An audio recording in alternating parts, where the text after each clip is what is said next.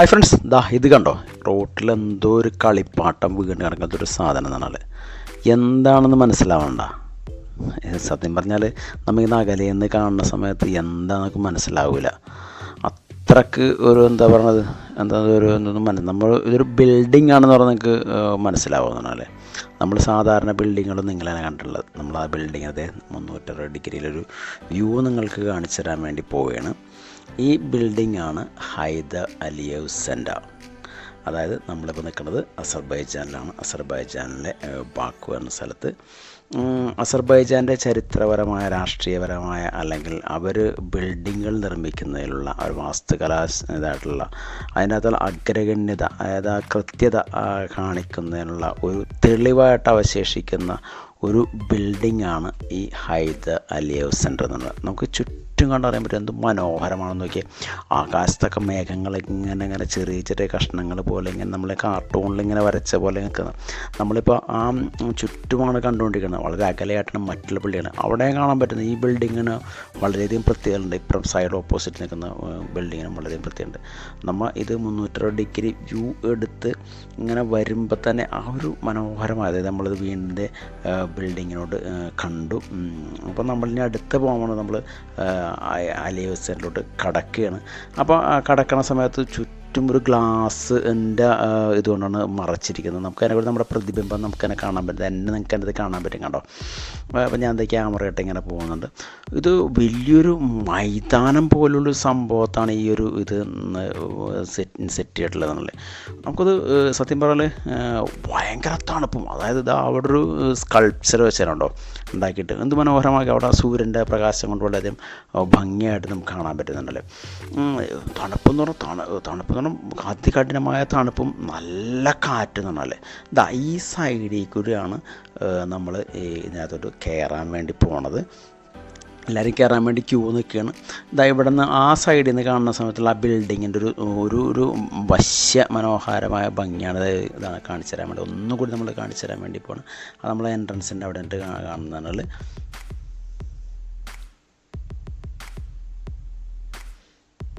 ആകാശമൊക്കെ ഇങ്ങനെ ഒരു മേഘത്തിൻ്റെ കളറൊക്കെ മാറിയോടുകൂടി ഒരു പ്രത്യേക ഭംഗി അതിന് വന്നു തുടങ്ങി. അതായത് ഓരോ കാലാവസ്ഥയിലും ഇതിന് പ്രത്യേകമായൊരു ഭംഗിയാണ് നമുക്ക് കാണാൻ കഴിയുക.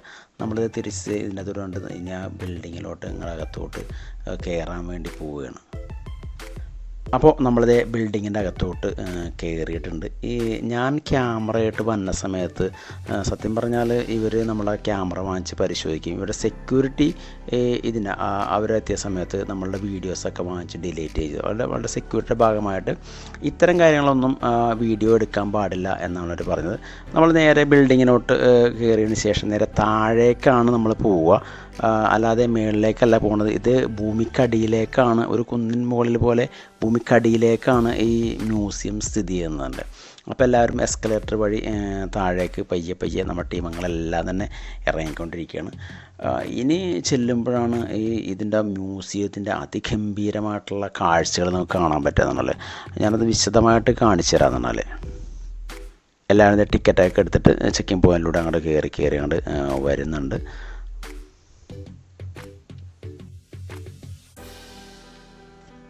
കനത്ത സെക്യൂരിറ്റിയും ചെക്കിങ്ങൊക്കെ കഴിഞ്ഞതിന് ശേഷം നമ്മളിത് ഫസ്റ്റ് തന്നെ കയറാൻ വേണ്ടി പോണത് അലിയേവ് സെൻറ്ററിലെ കാർ മ്യൂസിയത്തിലേക്കാണ്.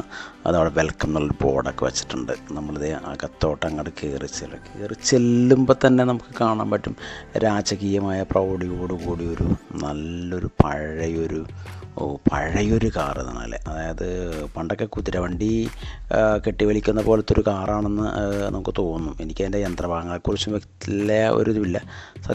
അപ്പോൾ പിന്നെയും കാണാൻ പറ്റും നമുക്ക് അതേ അവിടെ വേറൊരു മനോഹരമായൊരു വണ്ടി കാണാൻ പറ്റും.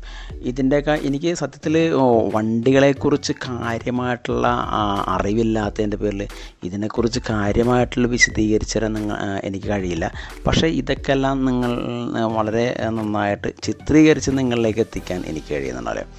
അപ്പോൾ എന്ന് പറഞ്ഞാൽ ഇതെല്ലാം തന്നെ ഹൈദർ അലിയേവ് എന്ന് പറയുന്ന അസർബൈജാൻ്റെ പ്രസിഡൻറ്റ് ഉപയോഗിച്ചിരുന്ന, അദ്ദേഹത്തിൻ്റെ ഭരണകാലത്ത് ഉപയോഗിച്ചിരുന്ന പല പല ആവശ്യങ്ങൾക്ക് വേണ്ടി, ചരിത്രപരമായിട്ടും രാഷ്ട്രീയപരമായിട്ടും അത് പേഴ്സണലായിട്ടും ഉപയോഗിച്ചിരുന്ന മനോഹരമായ കാറുകളുടെ ഒരു കളക്ഷനാണ് ഇവിടെ ഒരുക്കിയിരിക്കുന്നത്.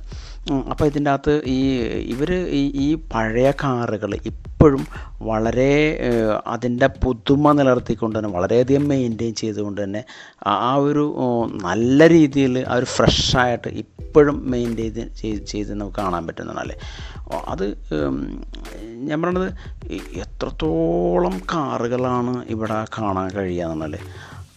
അത് നമുക്ക് ഇപ്പം തന്നെ കാണുന്നില്ലേ, ഇതുണ്ട് ഒരു US ഇതിൻ്റെ അകത്തുള്ള ഒരു പഴയൊരു ജീപ്പ്, അങ്ങനെ എന്താ പറയുന്നത് അടുത്ത് കാണുന്നുണ്ടോ.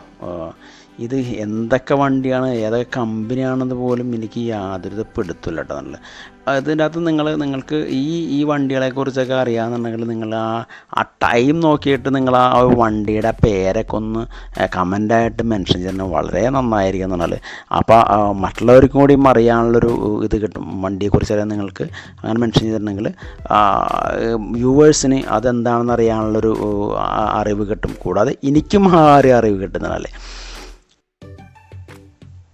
അപ്പോൾ ഞാൻ നേരത്തെ പറയണ്ടായി, ഈ കാറുകളെല്ലാം തന്നെ ഹൈദർ അലി എന്ന അസർബൈജാൻ്റെ പ്രസിഡൻ്റ് ഉപയോഗിച്ചവയാണ്. അല്ലെങ്കിൽ അദ്ദേഹത്തിൻ്റെ ആ കാലഘട്ടത്തിൽ, പ്രസിഡൻ്റായിട്ടുള്ള കാലഘട്ടത്തിൽ അദ്ദേഹത്തിൻ്റെ പല രീതിയിലുള്ള ഔദ്യോഗികമായിട്ടുള്ള അല്ലെങ്കിൽ പേഴ്സണലായിട്ടുള്ള ജീവിതത്തിൽ ഉപയോഗിച്ച കാറുകളാണെന്ന് ഞാൻ പറയേണ്ടായിരുന്നല്ലേ. അപ്പോൾ ഈ ഹൈദർ അലിയുടെ ജീവിതത്തിൽ സംഭവിച്ച സാങ്കേതികവും സാമൂഹികവും മാറ്റങ്ങൾ മനസ്സിലാക്കാനായിട്ട് നമുക്ക് ഈ മ്യൂസിയം കാണുമ്പോൾ മനസ്സിലാക്കും.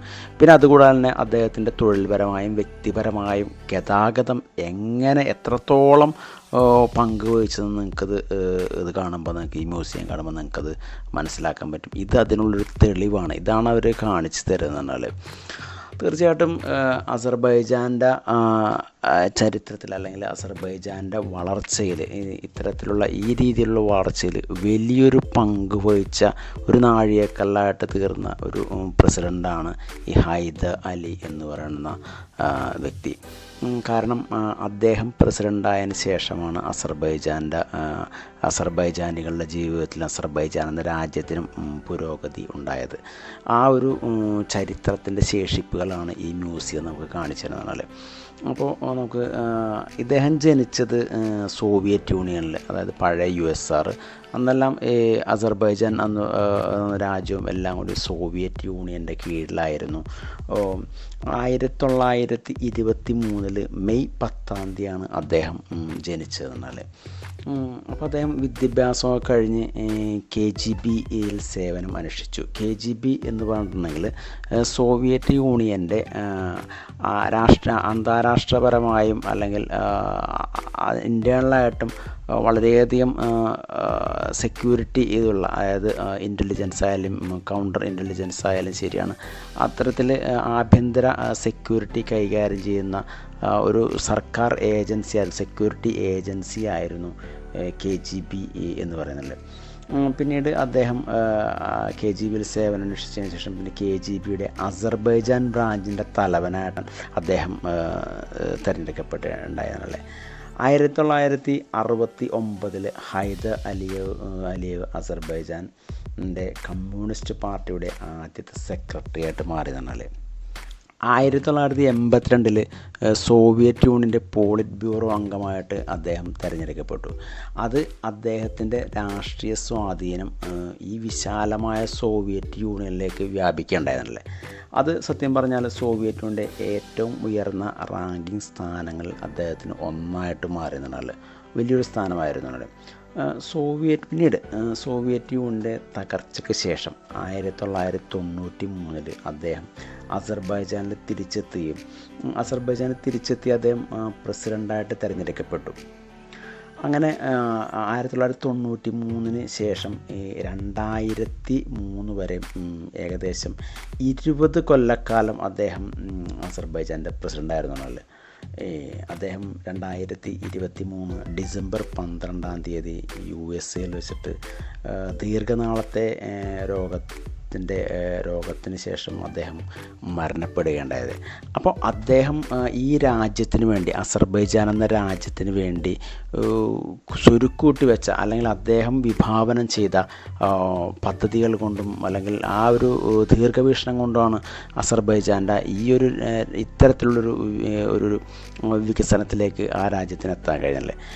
അതിൻ്റെയൊക്കെ എന്താ പറയുന്നത്, ഒരു കാഴ്ചയാണ് അല്ലെങ്കിൽ ഈ തലമുറയ്ക്ക് അതെങ്ങനെ അത് മനസ്സിലാക്കാൻ പറ്റും എന്നുള്ളതിൻ്റെ ഒരു കാഴ്ചയാണ് ഈ ഒരു മ്യൂസിയം കൊണ്ട് ഇവർ ഉദ്ദേശിക്കുന്നതല്ലേ. അപ്പോൾ ഇതിൻ്റെ അകത്ത് നമുക്ക് ഇത്തരം നമ്മൾ വിചാരിക്കും ഇത്രയും കാറുകൾ അദ്ദേഹം ഉപയോഗിച്ചിരുന്നു എന്നുള്ളതല്ലേ. സത്യത്തിൽ ഗതാഗതത്തിന് രാഷ്ട്രീയപരമായും അല്ലെങ്കിൽ തൊഴിൽപരമായ അല്ലെങ്കിൽ വളരെയധികം ബന്ധമുണ്ട് എന്ന് കാണിക്കുന്നവ തന്നെയാണ്. എത്രത്തോളം വാഹനങ്ങൾ എത്രത്തോളം അതിന് സ്വീകാര്യത നൽകുന്നുള്ളതും നമുക്കിതിനകത്ത് മനസ്സിലാക്കാൻ പറ്റും. അദ്ദേഹത്തിൻ്റെ ഭരണകാലത്താണ് സാമ്പത്തിക വികസന കാര്യങ്ങൾ അദ്ദേഹം പ്രത്യേകിച്ച് വ്യാവസായികമായിട്ടുള്ള കാർഷികമായ കാര്യങ്ങളിലും അദ്ദേഹം ശ്രദ്ധ കേന്ദ്രീകരിച്ചു എന്നല്ലേ. അങ്ങനെ അദ്ദേഹം അസർബൈജാനിന് നല്ലൊരു സാമ്പത്തിക അടിത്തറ ഉണ്ടാക്കി കൊടുക്കാണ്ട് അദ്ദേഹത്തിൻ്റെ പ്രവർത്തനം സഹായിച്ചുണ്ട്.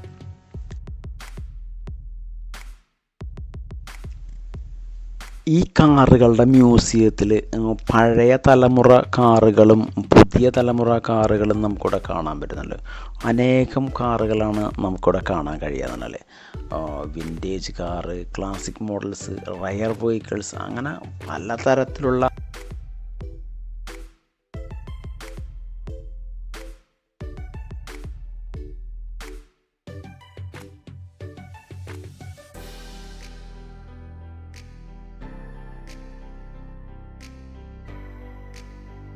നമുക്ക് ഇവിടെ വന്ന് കാണുമ്പോഴാണ് അതിൻ്റെ ഒരു എന്താ പറയുക, ഇവർ ഒരു കുതിരവണ്ടി പോലെ ഇതുണ്ടാവും. ഇത് അത്തരം വണ്ടികൾ വരെ ഇവരിവിടെ വളരെ അത് മനോഹരമായിട്ട് മെയിൻറ്റെയിൻ ചെയ്ത് കൊണ്ടുപോയിരിക്കുന്നു എന്നുള്ളതാണ് അതിൻ്റെ ഒരു പ്രാധാന്യം. അല്ലേ, നമ്മളൊക്കെ ഇത്രയും കാശൊക്കെ മുടക്കി അസർബൈജാനിൽ വരികയും ഈ മ്യൂസിയം കാണാൻ വരികയും ചെയ്യുമ്പോൾ തന്നെ ആ മ്യൂസിയത്തിന് എത്രത്തോളം വരുമാനമാണ് ലഭിക്കുന്നുള്ളതാണ് നമ്മൾ മനസ്സിലാക്കാനല്ലേ. അങ്ങനെയാണ് ആ രാജ്യം ഇപ്പോൾ ടൂറിസത്തിന് വേണ്ടി പ്രത്യേകം ശ്രദ്ധ ചെലുത്തിയതിന് ശേഷം ഇപ്പോൾ ഏറ്റവും അതായത് രാജ്യത്തിൻ്റെ വികസനം നടന്നുകൊണ്ടിരിക്കുന്നത് ടൂറിസത്തിലൂടെ മെച്ചപ്പെടുത്തിക്കൊണ്ടാണെന്നല്ലേ. അപ്പോൾ നമ്മൾ നമ്മുടെ പൈസ, നമ്മൾ പണിയെടുത്തുണ്ടാക്കുന്ന പൈസകളൊക്കെ മുടക്കിയിട്ട് ആ രാജ്യത്തിലേക്ക് കാണാൻ വേണ്ടി പോകുന്നുള്ള ഇത്തരത്തിലുള്ള മ്യൂസിയങ്ങളും കാര്യങ്ങളൊക്കെ ഇവിടെ നിർമ്മിച്ചിരിക്കുന്നതിൻ്റെ പേരിൽ തന്നെയാണെന്നല്ലേ.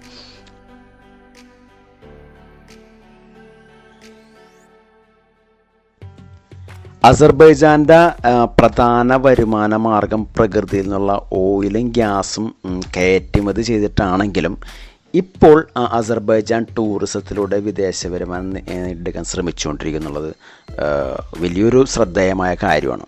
അത് വളരെ വൻ വിജയകരമാകുന്നുണ്ട് എന്നുള്ളതാണ് ഒരു പ്രത്യേകത. നമ്മുടെ ഇന്ത്യ പോലുള്ള രാജ്യങ്ങളിൽ നിന്നും മെഡിക്കൽ രംഗത്ത് നിന്നും അല്ലെങ്കിൽ കൺസ്ട്രക്ഷൻ സിവിൽ എഞ്ചിനീയറിംഗ് രംഗത്ത് നിന്നും ധാരാളം വിദ്യാർത്ഥികൾ ഇവിടുത്തെ യൂണിവേഴ്സിറ്റിയിൽ പഠിക്കേണ്ടി വരുന്നുണ്ടല്ലേ. അത് വളരെ ശ്രദ്ധേയമാണല്ലേ. അതേപോലെ തന്നെ ഞാൻ ഫ്ലൈറ്റിൽ വെച്ച് ഒരു കൂട്ടം ഇന്ത്യയിൽ നിന്ന് പഠിച്ചിട്ടുള്ള എഞ്ചിനീയറിംഗ് വിദ്യാർത്ഥി ഞാൻ പരിചയപ്പെടേണ്ടതാണല്ലേ. അവർ ഇവിടെ വന്നിട്ടുള്ളതെന്ന് പറഞ്ഞാൽ രണ്ട് കാര്യങ്ങൾക്കാണ്. ഒന്ന്, ടൂറാണ് അവരുടെ ഉദ്ദേശം. രണ്ടാമത്തേത് ഇവിടുത്തെ ബിൽഡിംഗ് സ്ട്രക്ചറെ കുറിച്ച് കണ്ടറിയാനും അതിനെക്കുറിച്ച് മനസ്സിലാക്കാനും അതിനെക്കുറിച്ച് പഠിക്കാൻ വേണ്ടി അവർ വന്നിട്ടുണ്ടല്ലേ. അപ്പോൾ പല രാജ്യത്തു നിന്നുള്ള ആൾക്കാർ ഇത്തരം കൺസ്ട്രക്ഷൻസ്, അതായത് എഞ്ചിനീയറിംഗ് വൈഭവം പഠിക്കാനും കണ്ടറിയാന്നുള്ളത് വലിയൊരു സംഭവമാണെന്നല്ലേ. പിന്നെ അതേപോലെ തന്നെ പുരാതനമായ കെട്ടിടങ്ങൾ കൊണ്ടും നവീന രീതിയിലുള്ള കെട്ടിട നിർമ്മാണ ശൈലികൾ കൊണ്ടും ശ്രദ്ധേയമാണ് അസർബൈജാൻ. നമുക്കിപ്പോൾ ഈ കെട്ടിടത്തിൻ്റെ തന്നെ രൂപകൽപ്പന കണ്ടാൽ തന്നെ നമുക്കറിയാം ഇവർ ഇത്തരം നിർമ്മിതികൾക്ക് എത്രത്തോളം പ്രാധാന്യം കൊടുക്കുന്നുള്ളത്. ഇവിടെയുള്ള എല്ലാ അതായത് ഒട്ടുമിക്ക നിർമ്മിതികളും ഇത്തരം പ്രത്യേകത ഉള്ളവയാണ്. നമ്മുടെ നാട്ടിലുള്ള നിർമ്മിതികൾ ഇത്തരം നിർമ്മിതികൾ കാണാനായിട്ട് വളരെ ചുരുക്കമാണ്. എന്നിരുന്നാൽ കൂടിയും ഇപ്പോൾ അതിന് പ്രാധാന്യം കൊടുക്കുന്നുണ്ടെന്ന് നമുക്ക് കണ്ടറിയാൻ കഴിയും. അതിനുദാഹരണമാണ് നമ്മളുടെ പട്ടേൽ പ്രതിമ എന്നുള്ളത്. ഇത്തരത്തിലുള്ള പ്രത്യേകതകൾ രാജ്യത്ത് ടൂറിസം വർദ്ധിപ്പിക്കുകയും വിദേശ വരുമാനം നേടിത്തരാൻ സഹായിക്കുകയും ചെയ്യുന്നുണ്ട്. അങ്ങനെ നമ്മുടെ രാജ്യത്തിനെയും ഇത്തരം നിർമ്മിതികൾ സാമ്പത്തിക പുരോഗതി നേടുവാൻ സഹായിക്കുന്നുണ്ട്. അതിനുദാഹരണമാണ് അസർബൈജാൻ എന്ന് പറഞ്ഞാൽ. ഈ കെട്ടിടം നിർമ്മിച്ചിരിക്കുന്നത് അല്ലെങ്കിൽ എൻജിനീയറിംഗ് രൂപകൽപ്പന ചെയ്തിരിക്കുന്നത് സഹ ഹാഡിഡ് എന്നുള്ള ഒരു എൻജിനീയറാണെന്നുള്ളത്. ഇവർ തന്നെയാണ് അടുത്ത് തന്നെ സ്ഥിതി ചെയ്യുന്ന അസർബൈജാനിലെ ഫ്ലെയിം ടവർ രൂപകൽപ്പന ചെയ്തിരിക്കുന്നത്. ഫ്ലെയിം ടവറിൻ്റെ വീഡിയോ നമ്മളൊന്ന് ചെയ്തിട്ടുണ്ട്. അത് നമ്മുടെ ചാനലിൽ കയറി നോക്കിക്കഴിഞ്ഞാൽ കാണാൻ പറ്റും. വളരെ ഭംഗിയാണ് രാത്രി കാണാനായിട്ട്, ഫ്ലെയിം ടവർ കാണാനായിട്ട്. അതിൻ്റെ രൂപകൽപ്പനകൾ വളരെ മനോഹരമാണെന്നല്ലേ. അപ്പോൾ നിങ്ങൾ നമ്മുടെ ചാനലിലേക്ക് ഇരിക്കണം, അത് നിങ്ങൾക്ക് കാണാൻ പറ്റുന്നല്ലേ.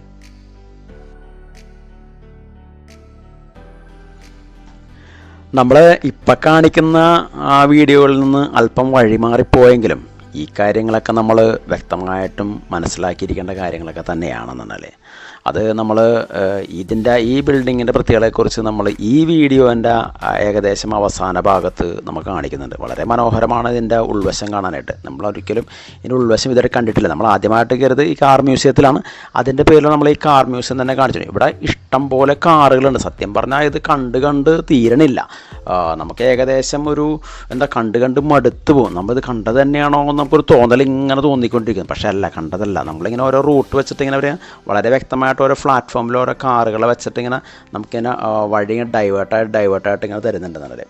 അപ്പോൾ നിങ്ങൾക്കായാലും ഇത് കാണുന്ന സമയത്ത് ഇത് കണ്ടത് തന്നെയാണോ, കണ്ടാലും ഒരിക്കലും നിങ്ങൾക്ക് തോന്നില്ല. കാരണം പല പ്രത്യേകതയുള്ള കാറുകളാണ്. പക്ഷേ എങ്കിൽ കൂടിയും കാറുകളെക്കുറിച്ച് അറിയുന്ന ആൾക്കാർക്ക് അറിയാൻ പറ്റും ഇതിൻ്റെ പ്രത്യേകത എന്താണെന്നുള്ളത്. ഇപ്പോൾ എന്തായാലും നമുക്ക് ഇതിൻ്റെ അകത്ത് ഇവിടെ ഈ കാണുമ്പോൾ അറിയാൻ പറ്റും പല തരത്തിലുള്ള കാറുകൾ നമുക്ക് കാണാൻ പറ്റും. ഇപ്പോൾ ഇവിടെ ആംബുലൻസ് ഒരെണ്ണം, ആംബുലൻസ് അല്ല, ഇതൊരു ഫയറിൻ്റെ ഇതാണല്ലേ.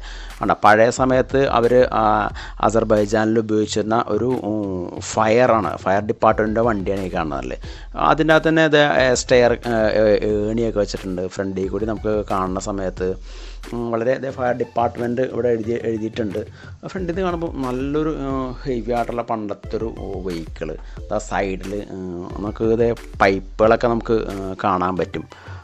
പിന്നെ നമ്മൾ കുറച്ചിങ്ങനെ ബാക്കിലോട്ട് വന്ന് നോക്കാൻ പറഞ്ഞാൽ എന്തൊക്കെയാണ് അന്ന് ഇതിൻ്റെ അകത്ത് വെച്ചിട്ടുള്ളത്. ബാക്കിൽ അവിടെ നിന്നിട്ട് പോകാനുള്ളതും അവിടെ ഇരിക്കാനുള്ള, അതായത് ഫയർമാൻമാർക്ക് അവിടെ ഇരിക്കാനുള്ള സംവിധാനങ്ങളൊക്കെ ഒരു രൂപകൽപ്പന ചെയ്തിട്ടുണ്ട്. പിന്നെ അടുത്ത ഒരു വണ്ടി തന്നെ പറഞ്ഞത് നമ്മുടെ ക്യാരിയർ കൊണ്ടുപോകുന്ന റിക്കവറി വാൻ, പണ്ടത്തെ റിക്കവറി വാൻ അവിടുത്തെ കാണാൻ പറ്റുന്നുണ്ട്. കാറിനെ കയറ്റി വെച്ചിട്ട് അതിനെ രൂപകൽപ്പന ചെയ്തിട്ടുണ്ട്. റിക്കവറി വാൻ കാണിക്കാൻ വേണ്ടി രൂപകൽപ്പന ചെയ്തിട്ടുണ്ട് പറഞ്ഞാൽ അത് മെഴ്സിഡീസ് ബെൻസിൻ്റെയാണ്. അപ്പോൾ ഇവിടെ അതേ ഒരു ചെറിയ കാറ്, ഒരു ഇതുപോലെ ചെറിയ കാറ് പോലെ ഇത് അദ്ദേഹം ഉപയോഗിച്ചാൽ നമുക്ക് പറയാൻ പറ്റില്ല കേട്ടോ.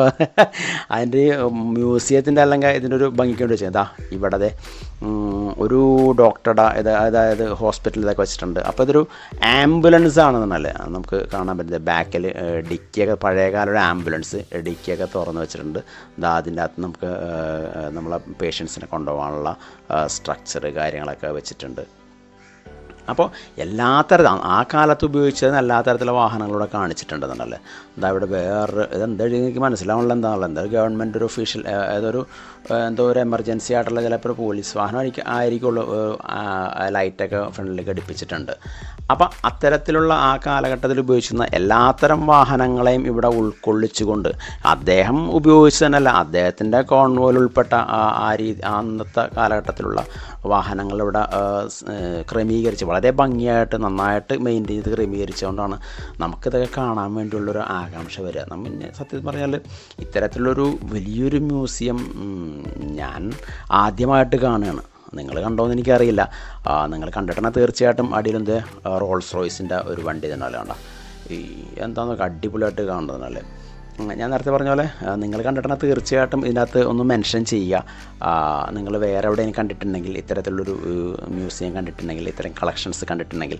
പിന്നെ ഞാൻ നേരത്തെ പറഞ്ഞ പോലെ എനിക്ക് ഈ വാഹനങ്ങളെക്കുറിച്ച് അടുത്ത ഒരു വണ്ടി, അതും റോൾസ് റോയ്സ് ആണോ എനിക്കറിയില്ല സത്യത്തിൽ. നിങ്ങൾ നേരത്തെ പറഞ്ഞ പോലെ മെൻഷൻ ചെയ്യുക. നമ്മുടെ വണ്ടിപ്രാന്തന്മാരൊക്കെ ഉണ്ടാവില്ല, നമ്മുടെ അങ്ങനെയല്ല ഹെവി ആയിട്ട് അറിയപ്പെടുന്ന അവർക്ക് അങ്ങനെ പറയാൻ ഇഷ്ടം എന്ന് പറഞ്ഞാൽ ഇതൊരു ബെൻസാണ്. അപ്പോൾ ഇതിൻ്റെയൊക്കെ കാറ്റഗറി ബേസുള്ളതൊന്നും എനിക്കറിയില്ല. വാഹനങ്ങളോട് വളരെയധികം ഇഷ്ടമുള്ള പ്രണയമുള്ള നമ്മുടെ നാട്ടിലെ യുവാക്കളും അല്ലെങ്കിൽ ജനങ്ങളൊക്കെ ഇതിന് എന്താണെന്ന് പറഞ്ഞു കഴിഞ്ഞിട്ടുണ്ടെങ്കിൽ എനിക്ക് സത്യത്തിലൊരു അറിവായിരിക്കുള്ളൂ സത്യം പറഞ്ഞാൽ. അപ്പോൾ ഇതിൻ്റെ അകത്ത് നമുക്കിവിടെ എന്താ പറയുക, പല കമ്പനിയുള്ള മുൻതിനത്തിലുള്ള BMW, ബെൻസ്, റോൾസ് റോയ്സ്, അങ്ങനെ ഇനിയും കൂടുതൽ വാഹനങ്ങൾ ഉണ്ടാവും കേട്ടോ. അപ്പോൾ ഞാനിപ്പോൾ ഈ പേരെ പറയുന്നുള്ളൂ. അപ്പോൾ ആ വാഹനങ്ങളുടെയൊക്കെ പഴയ കാലത്തിലുള്ളതും, അതായത് അദ്ദേഹം ഉപയോഗിച്ച സമയം ആ കാലത്തുള്ള ഏറ്റവും പുതിയ തരത്തിൽ, അന്നത്തെ കാലത്ത് ഏറ്റവും പുതിയ തരത്തിലുള്ള വാഹനങ്ങളൊക്കെ ഉള്ളത്. അത് നോക്കിയേ, ഒരു പൊന്മാനീല കളറ് കാർ എന്നല്ലേ. ഇത് ശരിക്കും പറഞ്ഞാൽ വലിയൊരു കാറാണ് കേട്ടോ. അതാ ഇതിൻ്റെ ഫ്രണ്ടിലൊക്കെ കണ്ടോ, എന്തോ ഒരു കുന്തമുന പോലെ വലിയൊരു സാധനം വെച്ചേക്കണുണ്ടോ, സ്റ്റീൽ ഇതിൻ്റെ അകത്ത്. സത്യം പറഞ്ഞാൽ ഇതൊന്ന് വന്ന് ഇടിച്ച് കണ്ടിട്ടുണ്ടെങ്കിൽ എന്തായിരിക്കുള്ള അവസ്ഥ, അതും അല്ലാത്ത സംഭവം. ശരിക്കും പറഞ്ഞാൽ ഇതൊരു വലിയൊരു വണ്ടിയാണ് കേട്ടോ. അതായത് ഏകദേശം നമ്മുടെ ഒരു മിനി ലോറിയുടെ അത്രയും നീളം ഇതിനുണ്ട് എന്നാൽ. അപ്പോൾ ഒരാൾ എന്നുള്ളത് നമുക്ക് വ്യക്തമായിട്ട് അറിയാൻ പറ്റും. ഇപ്പം നമുക്ക് ഈ പിക്ചറിലൂടെ നമുക്ക് വ്യക്തമായിട്ട് അറിയാൻ പറ്റില്ല. സത്യത്തിൽ ഇതൊരു മിനി ലോറിയുടെ അത്രയും വലിപ്പമുള്ളൊരു വണ്ടിയാണെന്നല്ലേ. ഇതൊരു ലൈറ്റ് ബ്ലൂ കാറ്, അങ്ങനെ പല പല കാറുകളുണ്ട് എന്നല്ലേ. അപ്പം നിങ്ങളെന്താ ഞാൻ നേരത്തെ പറഞ്ഞ പോലെ ഈ പല കമ്പനികളുടെ വാഹനങ്ങൾ, മുൻതിനം വാഹനങ്ങൾ ഇവിടെ ഉണ്ടെന്നല്ലേ കാണാൻ പറ്റും നമുക്ക്. അപ്പോൾ അത് അടുത്തൊരു കാറ്, ഇതെന്താ എനിക്കല്ല. അപ്പോൾ നിങ്ങൾ തീർച്ചയായിട്ടും ഈ കാറുകളെക്കുറിച്ച് അറിയാമെന്ന് നിങ്ങൾ തീർച്ചയായിട്ടും കമൻ്റായിട്ട് രേഖപ്പെടുത്തുക. ഓക്കെ, നമുക്ക് ഇത് കഴിഞ്ഞിട്ട് നമ്മൾ അടുത്ത സെക്ഷനിലേക്ക് പോകുന്നുണ്ട്. നമ്മൾ കാർ മ്യൂസിയത്തിൽ നിന്ന് ഇറങ്ങി പുറത്തോട്ട് കടന്നേക്കുകയാണ്. പുറത്തോട്ട് ഇറങ്ങുമ്പോൾ തന്നെ ഇവിടെ കുറച്ച് കാറുകൾ നമുക്ക് കാണാൻ പറ്റും. പഴയകാല കാറുകളാണ്, വ്യത്യസ്തമായ നല്ല പച്ച കളറൊക്കെ അടിച്ചിട്ടുള്ള നല്ല രസമുള്ള കാറുകൾ. ഇവിടെ നമ്മൾ നോക്കണത് ബിൽഡിങ്ങിൻ്റെ ഒരു മനോഹാരിത കാണാൻ പറ്റും. ഇതവിടെ സ്കൾപ്ചർ അവിടെ വെച്ചിട്ടുണ്ട്.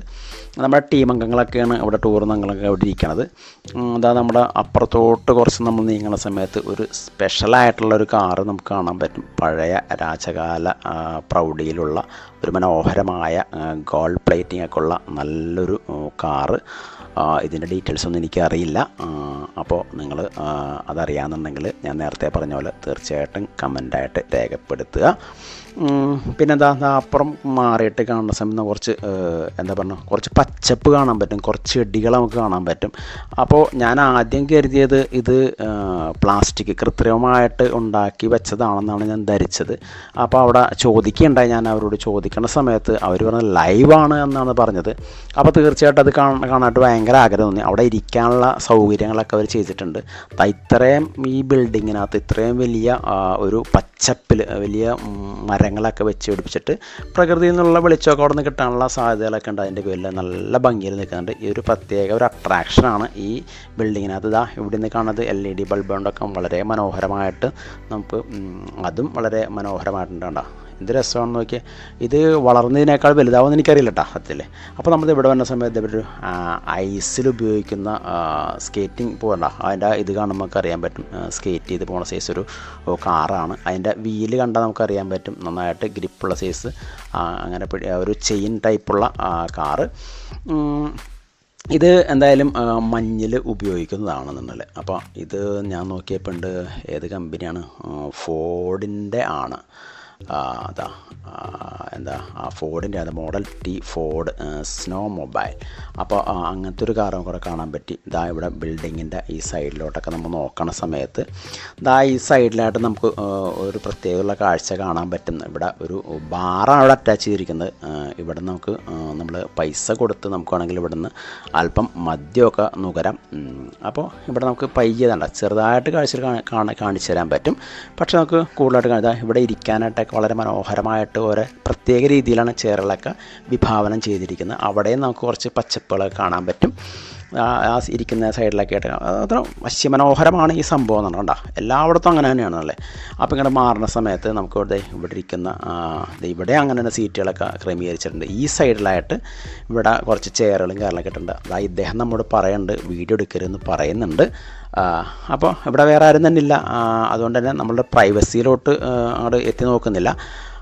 അങ്ങനെ നമ്മളങ്ങനെ എടുത്ത് സ്റ്റെപ്പ് കയറി പയ്യെ ഇങ്ങനെ വരുന്നുണ്ട്. അവിടെ ഒരു സ്കൾപ്ചറായിട്ട് വെച്ചിട്ടുണ്ട്. നമുക്ക് ഇവിടെ നമുക്ക് കുറച്ച് സാധനങ്ങളൊക്കെ ഇവിടെ വെച്ചിട്ടുണ്ട്. ഇതൊക്കെ അന്ന് ഉപയോഗിച്ചിരുന്ന സാധനങ്ങളായിരിക്കാനാണ് സാധ്യത.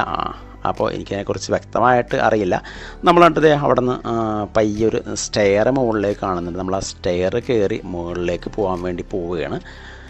അപ്പോൾ എന്താണ് മുകളിലെ കാഴ്ച എന്നുള്ളതാ, ഇതാണ് സ്റ്റെയറിൻ്റെ അവസ്ഥ എന്നുള്ളത്. അതായത് സ്റ്റെയറിൻ്റെ രൂപകൽപ്പന ഉണ്ടോ, സ്റ്റെയർ ഇങ്ങനെ നീണ്ടു നിവർന്ന് വന്നിട്ട് ഇങ്ങനെ ബിൽഡിങ്ങിൻ്റെ ഭിത്തിയിലോട്ട് ചേർന്ന് നോക്കുന്നത്. ഇതിൻ്റെ സ്റ്റെയർ ഏകദേശം 2 അടിയാണ് ഇതിൻ്റെ വീതി ഉള്ളത്.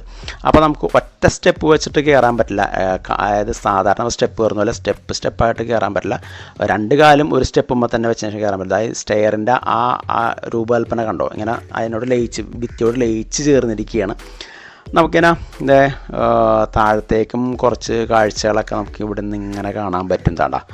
അവിടെ താഴേക്ക് നോക്കുന്ന സമയത്ത് അവിടെ നമ്മുടെ ടീം അംഗങ്ങളൊക്കെ അവിടെ ഇരിക്കേണ്ട, നമ്മൾ നേരത്തെ കണ്ട മരങ്ങളൊക്കെ അവിടെ കാണാൻ പറ്റും. നമ്മൾ സ്റ്റെയർ പയ്യെ ഇങ്ങനെ കയറി ശ്രദ്ധിച്ചില്ലെങ്കിൽ വീഴാൻ ചാൻസ് ഉണ്ട്. കാരണം നമ്മൾ നോക്കിയിടുന്നില്ല. കാരണം നല്ല നമ്മൾ സാധാരണ സ്റ്റെപ്പാന്ന് കയറി ചവിട്ടുകയും അത് എത്താതിരിക്കുകയും ചെയ്യാൻ നമ്മളിവിടെ തട്ടി വീഴാനുള്ള ചാൻസ് ഉണ്ട്. വളരെ നീറ്റ് ആൻഡ് ക്ലീനാണ് ഈ ബിൽഡിങ്. എന്ത് ഭംഗിയായിട്ടാണ് രൂപകൽപ്പന അല്ലെങ്കിൽ നീറ്റ് ആൻഡ് ക്ലീൻ ചെയ്യുന്നത്. അവിടെ ഒരു സ്കൾപ്ചറിൻ്റെ അവിടെ നിന്നിട്ട്, പ്രത്യേക രീതിയിലുള്ള സ്കൾപ്ചറിൻ്റെ അവിടെ നിന്നിട്ട് ആൾക്കാരൊക്കെ ഫോട്ടോ എടുക്കുന്നതൊക്കെ നമുക്ക് കാണാൻ പറ്റുന്നതാണ്. ബിൽഡിങ്ങിൻ്റെ ഒരു ആംഗിൾ നമുക്ക് ഇവിടെ നിന്ന് ഇങ്ങനെ കുറേച്ചൊക്കെ കാണാൻ പറ്റുന്നുണ്ട്. തട്ടായിട്ട് അവിടെ നിലകൾ കണ്ടോ അവിടെ. ഈ സ്റ്റെപ്പ് ഇങ്ങനെ വന്ന് ലയിച്ച് ഇതിൻ്റെ അകത്തോട്ട് ഇങ്ങനെ പോവുകയാണ്. LED ഈ സ്ട്രിപ്പുകൾ കൊണ്ട് നല്ല രീതിയിൽ തന്നെ മനോഹരമാക്കിയിട്ടുണ്ട് ഈ സൈഡ് കണ്ടിൽ. ഇവിടെ നമുക്കൊരു ബോർഡ് കാണാൻ പറ്റും, ഹൈദർ അലിയേവ് മ്യൂസിയം. വളരെ മനോഹരമായിട്ട് LED ബാക്ക്ഗ്രൗണ്ടൊക്കെ ചെയ്തിട്ട് നല്ല ഒരു ലെറ്ററിങ് നടത്തിയിട്ടുണ്ട്. വളരെ മനോഹരമാണ്. നമ്മുടെ ഒരു കൂട്ടുകാരനാണ് നിൽക്കുന്നത്, മനോജ് ചേട്ടനാണ് നിൽക്കുന്നത്. നമ്മുടെ ടീം അംഗങ്ങളാണ് അടുത്തൊക്കെ നിൽക്കുന്നത്. അവരെല്ലാവരും തന്നെ കാഴ്ചകളെ കണ്ടുവന്ന് നിൽക്കുകയാണെന്നാൽ നമുക്കത് ഇപ്പോഴും ലെഫ്റ്റിലേക്ക് പോണ സമയത്ത് ഇവിടെ കുറച്ച് നമുക്ക് കണ്ടോ ഒരാളും തൊട്ട് നോക്കുന്നതുണ്ടോ. അപ്പോൾ കുറച്ച് 1990 എന്നൊക്കെ കാണാൻ പറ്റും, 1986 അങ്ങനെ ഓരോ കാലഘട്ടങ്ങളാണ്. ഇതവിടെ ഒരു സെൻസർ ഉണ്ട് അവിടെ തൊട്ട് നോക്കുന്ന സമയത്ത് അദ്ദേഹത്തിൻ്റെ ആ കാലഘട്ടങ്ങളിൽ അദ്ദേഹം ചെയ്ത പ്രവൃത്തികൾ, കാര്യങ്ങൾ അല്ലെങ്കിൽ ഫോട്ടോസ് എല്ലാം നമുക്കവിടെ കാണാൻ പറ്റും. അപ്പോൾ സെൻസർ ഉണ്ട്, നമ്മൾ തൊട്ട് നോക്കാൻ സെൻസർ ഉണ്ട്. സെൻസർ നമ്മൾ നിൽക്കുമ്പോൾ തന്നെ നമുക്കവിടെ ആ ഒരു ഡിസ്പ്ലേ വരുന്നുണ്ട്. കൂടാതെ ഇതിനേക്കാൾ അഡ്വാൻസ്ഡ് ആയിട്ടുള്ള കാര്യങ്ങൾ അപ്പുറത്തേക്ക് വരുന്നുണ്ട്. നമ്മളതും കൂടിയും കാണിച്ചു തരാം. ഇവിടെ ഇങ്ങനെ വന്ന സമയത്ത് ഇവിടെ ഒരു LED സ്ക്രീനിൻ്റെ ഫ്രണ്ടിൽ ആൾക്കാരെന്ന്, വലിയൊരു സ്ക്രീനിൻ്റെ ഫ്രണ്ടിൽ നിന്നിട്ട് ആൾക്കാരെന്ന് ഫോട്ടോ എടുക്കുന്നത് കാണാൻ പറ്റും. ശരിക്കും പറഞ്ഞാൽ ഇവിടെ നിന്ന് ഫോട്ടോ എടുത്തിട്ടുണ്ടെങ്കിൽ ആ മലമുകളിൽ നിന്ന് നമ്മളിവിടെ നിന്ന് യഥാർത്ഥത്തിൽ ഫോട്ടോ എടുക്കാനായിട്ട് നമുക്ക് ഫീൽ ചെയ്യും. നമ്മുടെ അവിടെ നിന്ന് ഇങ്ങോട്ട് മാറുന്ന സമയത്ത് ഇവിടെ ഒരു പ്രത്യേക രീതി LED സ്ക്രീനുകളൊക്കെ സ്ഥാപിച്ചേക്കാൻ നമുക്ക് കാണാൻ പറ്റും. ഇത് എന്താ പറയുക, ഇത് ഹൈദർ അലിയേവിൻ്റെ ജീവിതവുമായി ബന്ധപ്പെട്ടുള്ള അദ്ദേഹം ചെയ്തിട്ടുള്ള പ്രവർത്തികൾ, അദ്ദേഹം ചെയ്തിട്ടുള്ള ഓരോരോ കാര്യം, രാജ്യത്തിൻ്റെ പുരോഗതി, അങ്ങനെ പല കാര്യങ്ങളും ഈ സ്ക്രീൻ ഇപ്പോൾ ഓഫായിട്ടില്ല, സത്യത്തിലൊരു ഡൗൺ ആയി കിടക്കുകയാണ്. 1969 എന്നുള്ള കാലഘട്ടത്തിലുള്ള കാര്യങ്ങൾ നമുക്ക് ഈ LED സ്ക്രീനിൻ്റെ താഴെ നമുക്ക് കാണാൻ പറ്റും. ഇവിടെ എല്ലാ കാര്യങ്ങളും ഓരോ കാലഘട്ടം അനുസരിച്ചാണ് ഇത് പറയുന്നതാണ്. നമുക്ക് ഇത് മൊത്തത്തിലുള്ള വ്യൂ ആണ് ഈ കാണുന്നത്. ഈ ഒരു LED സ്ക്രീനുകൾ, മൾട്ടിമീഡിയ സ്ക്രീൻ ഡെവലപ്പ് ചെയ്യുന്ന മൊത്തത്തിലുള്ള വ്യൂ ആണ് കാണുന്നത്. പല പ്രത്യേക രീതികളിൽ ഇങ്ങനെ വളഞ്ഞും പുളഞ്ഞും അങ്ങനെയൊക്കെ ആയിട്ടൊക്കെ ഇങ്ങനെ രൂപകൽപ്പന ചെയ്ത് വെച്ചിരിക്കുകയാണ് എന്നാൽ. ഈ LED സ്ക്രീനുകളൊക്കെ സ്ഥാപിച്ചിരിക്കുന്നത് കണ്ടാൽ നമ്മൾ ഒരു പ്രത്യേക സ്റ്റൈലിലാണ്. നമ്മളെ ഒരു സ്ക്രീൻ പോലെയല്ല നമുക്ക് തോന്നുക. അങ്ങനെ ചരിഞ്ഞും മറിഞ്ഞും നിന്ന് നോക്കിയാൽ നമുക്കൊരു പ്രത്യേക ഒരു വലിയൊരു പാറ കഷ്ണം പോലെ ഇങ്ങനെ പ്രത്യേക രീതിയിലാണ് അതിൻ്റെ രൂപകൽപ്പന. അതുകൊണ്ട് തന്നെ നമ്മൾ സാധാരണ LED സ്ക്രീനിൽ കാണുന്നതിനേക്കാൾ വ്യത്യസ്തമായിട്ടാണ് ഇതിൻ്റെ നമുക്കൊരു നോട്ടത്തിലും ഭാവത്തിലൊക്കെ നമുക്കൊരു താല്പര്യം തോന്നുക, കാണാനൊക്കെ ഒരു താല്പര്യം തോന്നുന്നതാണ്. നവീന രീതിയിലുള്ള സാങ്കേതിക വിദ്യ ഉപയോഗിച്ചുള്ളൊരു മൾട്ടിമീഡിയ പ്രസൻറ്റേഷനാണ് ഇവിടെ നടത്തിക്കൊണ്ടിരിക്കുന്നത്. രാജ്യത്തിൻ്റെ ഹിസ്റ്റോറിക്കൽ ഫൂട്ടേജും ഫോട്ടോഗ്രാഫും ഇൻഫർമേഷൻസും അടങ്ങിയതും, പിന്നെ രാജ്യത്തിൻ്റെ 3ാമത്തെ പ്രസിഡൻ്റായിരുന്നു ഹൈദർ അലിയേവ് എന്നാണ്, അദ്ദേഹത്തിൻ്റെ നേട്ടങ്ങൾ അടങ്ങിയ ഒരു പ്രസൻറ്റേഷനാണ് ഇവിടെ നമുക്ക് കാണാൻ കഴിയുക. ഇതിനൊരു പ്രത്യേകത എന്നാൽ നമ്മുടെ ഫ്രണ്ടിൽ കാണുന്ന സ്ക്രീനിൽ ടച്ച് ചെയ്തിട്ടുണ്ടെങ്കിൽ നമുക്ക് ഡിവൈഡായിട്ട് മൾട്ടിപ്പിളായിട്ടുള്ള പല കാര്യങ്ങൾ നമുക്ക് കാണാൻ പറ്റും. അപ്പോൾ അതും എന്തെങ്കിലും തൊട്ട് കഴിഞ്ഞിട്ടുണ്ടെങ്കിൽ നമുക്ക് വേഗം തന്നെ അതിൻ്റെ വിശദീകരണങ്ങൾ സ്ക്രീനിൽ വരികയും മുകളിൽ കാണുന്ന സ്പീക്കറിൽ നിന്ന് അതിൻ്റെ അനൗൺസ്മെൻറ്റും കാര്യങ്ങളും നമുക്ക് കേൾക്കാൻ കഴിയുകയും ചെയ്യുന്നുണ്ട്.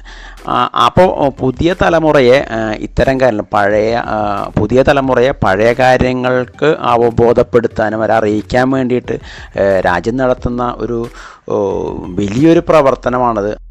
ഒരു സംവിധാനം ഇവിടെ ഏർപ്പെടുത്തിയിട്ടുണ്ട്. എന്തായാലും നമുക്കിവിടെ കാണുന്ന സമയത്ത് നമുക്ക് മനസ്സിലാക്കാൻ പറ്റും. ഇതാ ഇവിടെ ഒരു വലിയ സ്ക്രീനിൽ, ഒരു കർവ്ഡ് സ്ക്രീനിൽ നമുക്ക് ഇവരുടെ കാര്യങ്ങളൊക്കെ വിസ്തരിക്കാൻ വേണ്ടി വലിയ സ്ക്രീനോട് ഏർപ്പെടുത്തിയാണ്. പക്ഷേ ഇവിടെ നത്തിങ് ടു ഡിസ്പ്ലേ, ഒന്നും തന്നെ കാണുന്നില്ല. ഇവിടെ നമുക്ക് ഇരിക്കാനുള്ള സംവിധാനങ്ങളൊക്കെ ഒരുക്കിയിട്ടുണ്ടോ, ഒരുക്കിയിട്ടുണ്ട്. ഇതിൻ്റെ ഒരു ബിൽഡിങ്ങിൻ്റെ ഒരു സ്ട്രക്ചർ എന്ന് പറഞ്ഞിട്ടുണ്ടെങ്കിൽ വളരെ ഒരു വ്യത്യസ്തമായ രീതിയിലാണ് നിങ്ങൾക്ക് പുറമേ കണ്ടപ്പോൾ മനസ്സിലായിട്ടുണ്ടാവും. അപ്പോൾ ഞാൻ സ്ട്രക്ചറിൻ്റെ കാരണം നിങ്ങൾക്ക് വ്യക്തമായിട്ട് കാണിച്ചു തരാം. ഇതാ കണ്ട, അത് ഓക്കെ. ഇവിടെ നിന്ന് ഇങ്ങനെ നോക്കുന്ന സമയത്ത് ഇവിടെ ഒരു യു ഷേപ്പിൽ ഇങ്ങനെ വന്നതിന് ശേഷം അടിയിൽ നമുക്കൊരു വ്യൂ നന്നായിട്ട് കാണാൻ പറ്റും. അവിടെ നമ്മുടെ ടീംസ് അങ്ങനെ ഇരിക്കാൻ കാണാൻ പറ്റും. ഇത് കഴിഞ്ഞ് നമുക്കിവിടെ മുകളിലേക്ക് നോക്കുന്ന സമയത്ത് ഇവിടെ ഇതാ അപ്സ്റ്റെയറിലായിട്ട് 2 നില നമുക്ക് കാണാൻ പറ്റും കേട്ടോ.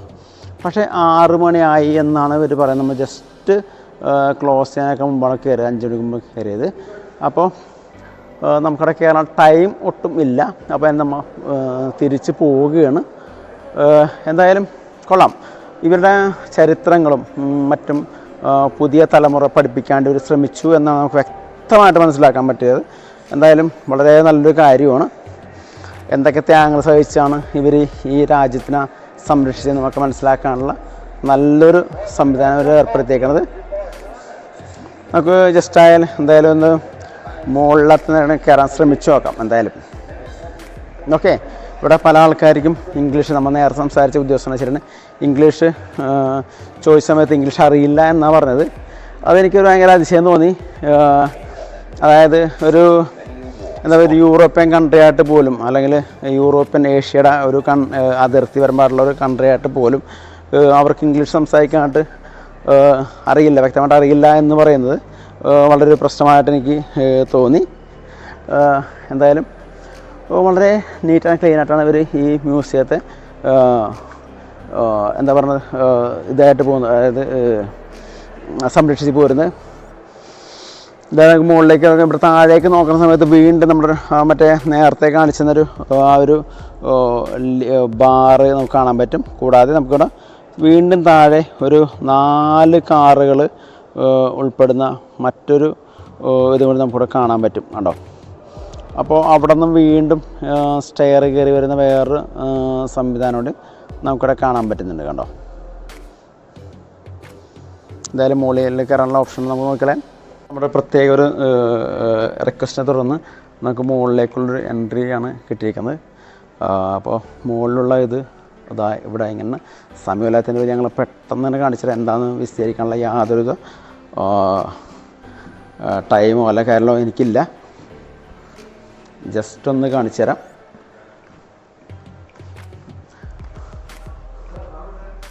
യെസ്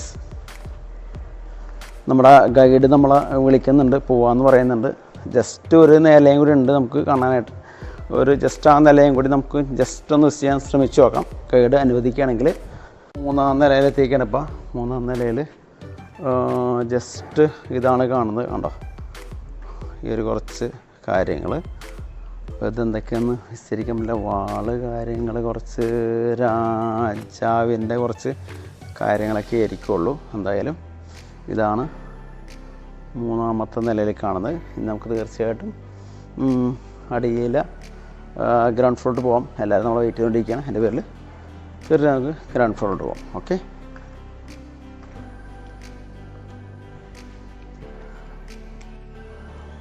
നാലാമത്തെ നിലയോട്ട് പോകേണ്ട കാര്യമില്ല. കാരണം 4-ാമത്തെ നിലയിൽ സ്റ്റാഫ്സ് ഓൺലി എന്നാണ് പറഞ്ഞിട്ടുള്ളത്. നമ്മൾ 3-ാം നില 2-ാം നില നമ്മൾ 1-ാം നില കഴിഞ്ഞ് അപ്പോൾ എന്തായാലും നമുക്ക് തിരിച്ചു പോകാം. എന്തായാലും നമുക്ക് ഈ മ്യൂസിയത്തിൽ വെഡ്ഡിങ് ഫോട്ടോഷൂട്ടിനൊക്കെ നമുക്ക് കാണാൻ വരികയുണ്ടോ.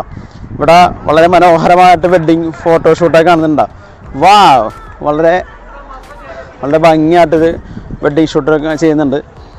അപ്പോൾ നമ്മുടെ വീഡിയോ ഇവിടെ അവസാനിക്കുകയാണ്. അപ്പോൾ വീഡിയോ ഇഷ്ടപ്പെട്ട ലൈക്ക് ചെയ്യാൻ മറക്കരുത്. ആ ഒരു പെണ്ണുമ്പോൾ നോ എന്ന് പറഞ്ഞുകൊണ്ടിരിക്കുന്നുണ്ട്. വീഡിയോ ഇഷ്ടപ്പെട്ട തീർച്ചയായും ലൈക്ക് ചെയ്യാൻ മറക്കുക. കൂടെ ചാനൽ സബ്സ്ക്രൈബ് ചെയ്യണം. Okay, by.